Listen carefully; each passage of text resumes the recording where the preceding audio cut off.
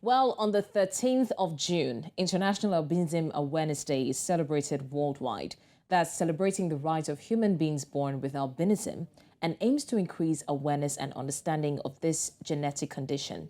However, people with albinism face multiple challenges, especially discrimination, and it even goes as far as some people believing that they are sources of wealth, and so it also puts their lives at risk in the process. Now, the theme for this year is inclusion of strength. News Central's correspondent, which is my co-anchor for tonight, Bernard Akede, was at a gathering in Lagos earlier in the week where he met Gerald, an albino with an intriguing life experience. Let's take a look at this package.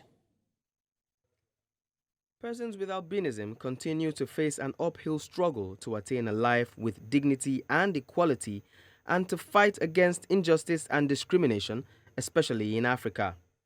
These and more were some of the issues discussed at the program organized by the Albinism Association of Nigeria in partnership with TAF Africa and the Nigerian Institute of International Affairs. We learn every day. I think what Professor said, the professor and the DG of the Institute, is for us to move from just awareness to consciousness, even though there are more to be done in the realm of awareness.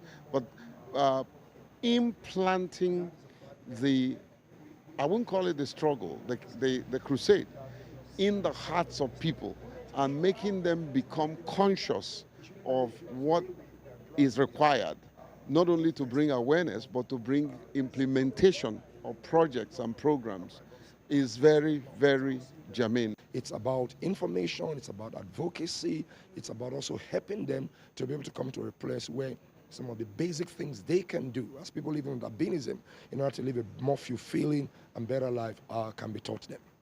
As the event progressed, different people spoke about the kinds of ill treatment they have either received or witnessed as persons with albinism, and that was how we met Gerald. In my family where I was born, that's my family, my nuclear family, I'm the only person in my generation. It's only my grandmother, mother's side. That your children, my 4 kids are just like you. A father of 4, Gerald grew up wanting to live like a normal child, playing football in the sun and living free.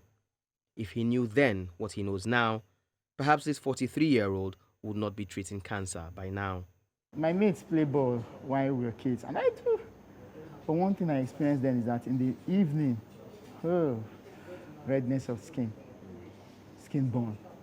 So that skin burn over time metamorphosed into what you may say like an ulcer on the skin, which if you don't take care of it immediately, then it becomes basal cell carcinoma. Basal cell carcinoma is cancer of the skin, but that can remain on the surface of your skin for a very long time. Like all other people with disabilities, people with albinism are asking for equal opportunities in school, at work, and in life in general. Inclusion is strength. That is the theme for this year. So that means including persons with albinism in all spheres of life. There should be no discrimination. Children in school, their teachers should not discriminate against them. They should allow them to sit where they can see the board very well. They need to give them textbooks with bold prints. I was supposed to be on set a few days ago, last week precisely, and then the producer of that program, I don't want to mention, let me not indict anybody, she said, no, you can't go because of what she's saying. Gerald's story, however, does end on a cheerful note today. Sharing his touching life experience at the conference has paid off. On this auspicious day, this is one person that we must all stand and do whatever we can to ensure that he does not go to early grave. With more programs like this, perhaps society will stop the discrimination against albinos, thereby according them more acceptance so they too can live normal and fulfilled lives. Bernard Akede, reporting for News Central. After carrying out this report, I myself was educated as to what albinism is and to certain, let's say, misconceptions about people living with albinism. And that's how I met Gerald, and I thought there would be no other better person to join us on this show and talk about this Awareness Day than the man himself, Gerald Akede. Gerald, thank you very much for joining us. Thank you, Bernard.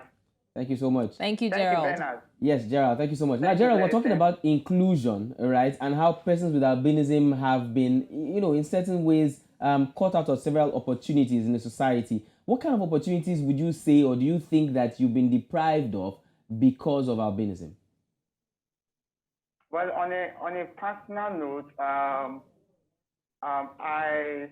as someone who is an albino, and there are some jobs based on my profession, there are some jobs that I've gone for, and probably because I'm battling with cancer and my appearance, it affects the transaction with my clients.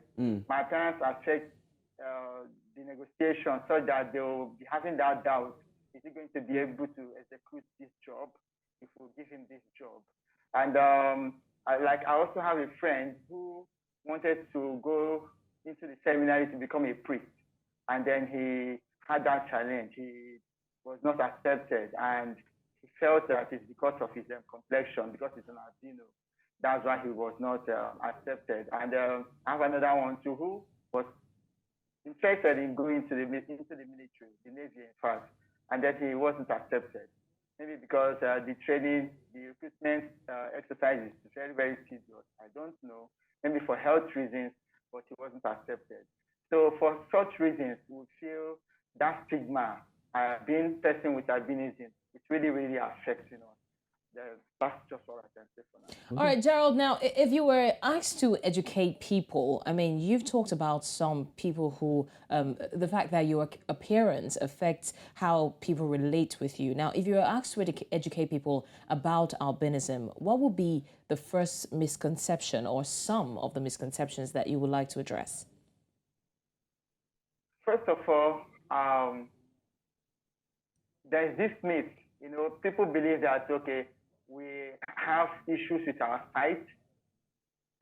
Though, yes, we have issues with our sight, but if the government assists in terms of providing medical attention that has to do with correction of sight for persons with albinism, it goes a long way to help. So that's one thing that acts as impediment when it comes to inclusion in the society. There are certain things that persons with albinism are deprived of, probably because of the sight. Then there are outdoor engagements that naturally, because the sun is not our friend, that really, really affect us. So if I'm going to educate, first of all, I would say the government, though we say everything government, but we'll start with the government because they are the ones that own us as the people. The government should, if it's to pass a bill and let all public parastators understand the fact that there should be a certain percentage left for quote and unquote persons with albinism.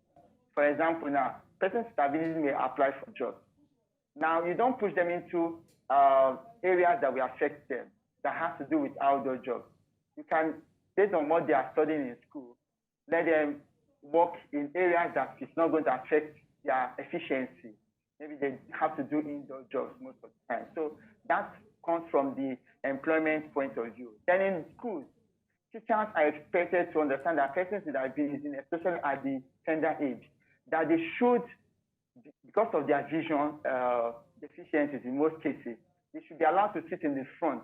Because sometimes you find out that they are very, very intelligent, but because they are having these visual issues, they probably sitting at the back, they don't really see everything that is written in the board. And for that reason, it affects their productivity or their results in class. So if teachers too are properly orientated about this, and then they're able to take care of that, give them such preferences, let them sit in the front so they can see very well, it goes a long way to help.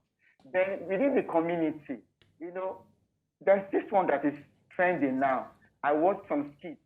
These skits producers, rather than engaging persons with albinism in a mockery manner, in comedies that has to do with portraying their defects, especially in their vision. No, it doesn't encourage us to even go into the movie industry or into this skit production industry. I can make reference on Mr. Damilola Ogunsi. He's doing perfectly well. He's winning awards. He's doing perfectly. He has never acted any role that people will come up now and say, it's not, they are mocking him. Now, if other producers, especially the skit producers that are now into engaging albinos into mockery roles, if they can just desist from that, they can help to promote more awareness that persons with albinism can do better in the society by getting them involved in roles that can portray such. Not in the aspect of maybe like this kid now, the person can't see very well. Now you're making jest of him. You're discouraging us. It is not okay for us. Okay. So that's just what I Gerald, I'd like to cut you short. Unfortunately, right, we don't have as much time as I thought we would have. And I heard you speak at the conference 2 days ago, and I was wowed because you said a lot. Now, there's one last thing I would like. Somebody sent me a message, actually, and I'll read it out to you. And he says, can you please ask him what will make life better for persons with albinism in Nigeria today, especially as we have a new dispensation? If you were made a minister and you had to talk about, persons with albinism, what would you say? In 1 minute, please. What would you say the new dispensation can do to make life better for Nigerians who are living with albinism? It will be one, if the government can include us in governmental roles, because we have persons with albinism that are doing well in their lives, that are well read, that are well educated, that can contribute positively. If the government can include us in certain policies, in certain areas, no discrimination. Let's be judged by what we can offer, not by our appearance. That will change, it will go a long way to improve the lives of persons with albinism. And then if government can also provide, like here in Nigeria, we don't have any industry that can produce sunscreen. Sunscreen here in Nigeria. If the government can help in terms of funding, in terms of making it possible for us to have sunscreen at an affordable rate, it goes a long way in helping persons with albinism. Okay, unfortunately, Gerald, unfortunately, I would have to cut you short there. I'm so sorry that we can't take so much of the time right now, but we would find a way to get you back, and then we'll talk more, because I feel like I'm doing a great injustice having listened to you speak the last time and not letting others hear all the things that you had to say, particularly concerning albinism and persons with albinism. Thank you so much, Gerald, and I must salute your courage so far from everything I've heard from you. Thank you once again for joining us. Thank you, Gerald. Thank you, Blessing. Thank you, Bernard. Thank you so much. Thank you so much.